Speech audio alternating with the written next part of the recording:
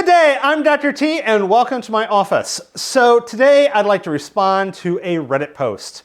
This was on r/professors and it was a comment about a student who had emailed this particular faculty member with kind of this poor grammar, no punctuation, very, very casual email. That faculty member was away at a conference, had their auto reply set, the auto reply sent, and the student responded to the auto reply with a triple question mark. And the faculty member was like, what do I do? What kind of snarky response do I give to this kind of thing? And I'd like to take a step back and well, maybe not what kind of snarky response, but if you should do a snarky response. Because there's a lot going on here, and I think there's a lot of telltale signs going on with this particular response. And one of the core things we need to think about is a bit of linguistics. Okay, I'm a chemist, not a linguist, but this isn't going to go too deep, and everything I'm going to say is based on this book by Gretchen McCullough, Because Internet. Good book, I think everyone should read it.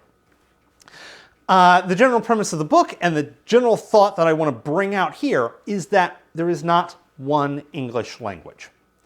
There are multiple different grammatical structures depending on context. This is not a new idea. McCullough didn't come up with it.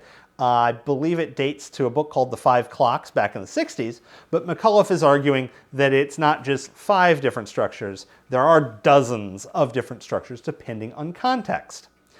So to kind of make this a little bit more clear as an example, imagine the grammatical structures and conventions you use when writing a peer-reviewed scientific paper. Now imagine the way you would speak to your lover in an intimate setting. Presumably those are not the same. And McCullough is arguing that the way you would write an email is not the same as you would respond to a text message, which is not the same as you would write a comment on one website, which might not be the same as you write a comment on a different website, which might not be the same as you post on one social media forum, which would be different than a different social media forum. McCullough is arguing there's a multitude of different grammars. They're all relatively similar. They're all English, but they're not the same. And this gets back to our student in question. Having no capitalization, no punctuation is a telltale hallmark of the grammar used in text messaging, especially for those individuals who kind of grew up with text messaging that didn't have a numpad and have to hit the button a bunch of times to get a letter, although some of that does evolve from there. In fact, I have seen commentary where using punctuation in a text message is viewed as very aggressive.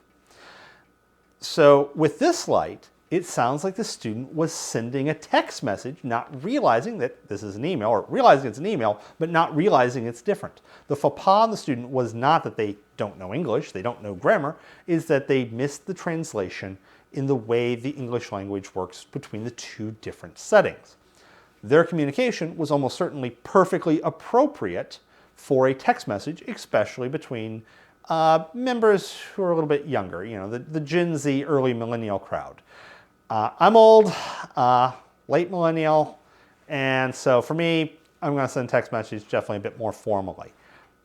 And I'm assuming the younger folks just look at me and go, well, he's old. But the student's response does seem completely appropriate, especially the triple question mark.